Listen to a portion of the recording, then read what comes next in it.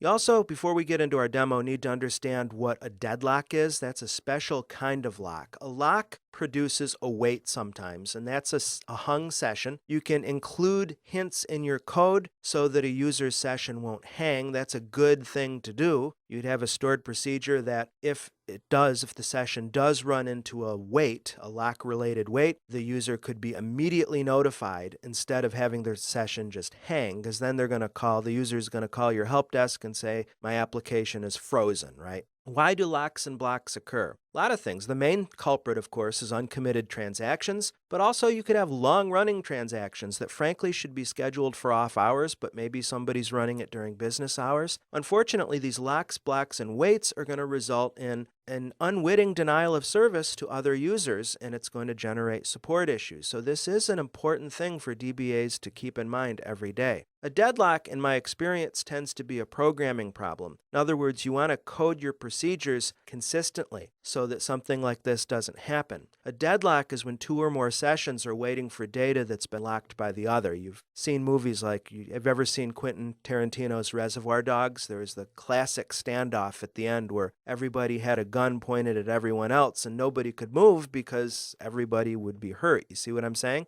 In this situation, look at the code I have at the bottom of the slide. On the left side, this is a batch that's running by user A, let's say, where he or she is updating the employee table and making a change to emp ID 101 and then 102. The coding problem is session 2 is running a batch that's very similar, but look, the ordering is opposite. So he or she starts with 102 and then goes to 101. Well, you see the problem? If we're not committing here until everything's finished, which is standard what we're going to do, then the first transaction for each session will be fine, but then when they go to the second transaction, they're going to get hung up. That's a deadlock. And like I said, if you're coding your procedures consistently, that is to say, if the right-hand session were using the same script where they start with 101 and then go to 102, there still would be contention possibly, but you wouldn't run into a deadlock.